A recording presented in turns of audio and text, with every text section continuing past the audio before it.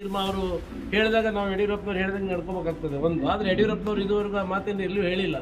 ನಾವೆಲ್ಲ ಹೋಗಿ ಸಾಕಷ್ಟು ಬಾರಿ ಈ ರೀತಿ ಹೊರಗಿನವ್ರು ಬಂದು ಅಲ್ಲಿ ವಾತಾವರಣವನ್ನು ಕೆಡಿಸ್ತಾ ಇದ್ದಾರೆ, ನಾವು ಏನಿದ್ರು ನೀವು ಹಾವೇರಿ ಗದಗ್ನವ್ರಿಗೆ ಟಿಕೆಟ್ ಕೊಡಿ ಅಂತ ಹೇಳಿದಾಗ ಇಲ್ಲಪ್ಪ ನಾನು ಹೇಳಿದ್ದೇನೆ ನೀವೆಲ್ಲ ಕೆಲಸ ಮಾಡ್ರಿ ಅಂತ ಹೇಳ್ಬೋದಾಗಿತ್ತು.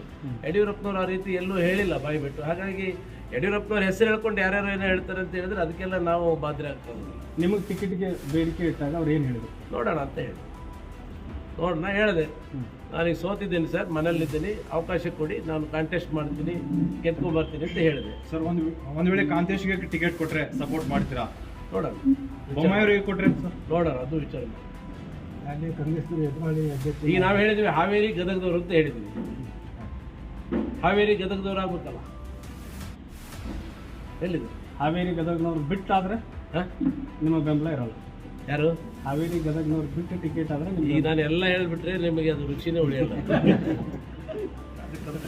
ಕಾರ್ಯಕರ್ತ ನಾನು ಒಬ್ಬನೇ ಅಲ್ಲಪ್ಪ ತೀರ್ಮಾನ ಮಾಡೋನು. ನನ್ನ ಹಿಂದೆ 70,000 ಜನ ನನಗೆ ಓಟ್ ಹಾಕಿದವರು ಇದ್ದಾರೆ. 4 ಬಾರಿ ಆಯ್ಕೆ ಮಾಡಿದ 2 ತಾಲೂಕು ಜನತೆ ಇದೆ. ಅವ್ರಿಗೇನು ನೀವು ಕುತ್ಕೊಂತೀವಿ ಹೇಳೋದು ಹೇಳ್ತೀವಿ, ಮಾಡೋದು ಮಾಡ್ತೀವಿ, ಮನೆ ಮಕ್ಕ ಅಂದ್ರೆ ಮಕ್ಕತ್ತೀವಿ. ಈಗ ನಿಮಗೋಸ್ಕರ ಟಿಕೆಟ್ ಸಿಗಬೇಕು ಅಂತ ರಾಮ ಮಂದಿರವರೆಗೂ ಹೋಗಿ ಬಂದಿದ್ದಾರೆ, ಅವರು ಬೇಡ್ಕೊಂಡು ಬಂದಿದ್ದಾರೆ. ಬೈ ಚಾನ್ಸ್ ಟಿಕೆಟ್ ಸಿಗಲಿಲ್ಲ ಅಂತಂದರೆ ಹೊರಗೆ ಬನ್ನಿ ಅಂದ್ರೆ ಬರ್ತೀರಾ? ಅದೆಲ್ಲ ವಿಚಾರ ಮಾಡೋಕ್ಕೆ ಹೋಗಬೇಡಿ, ಹಂಗಿಲ್ಲ, ಅದೆಲ್ಲ ವಿಚಾರ ಮಾಡೋಕ್ಕೆ ಹೋಗಬೇಡಿ.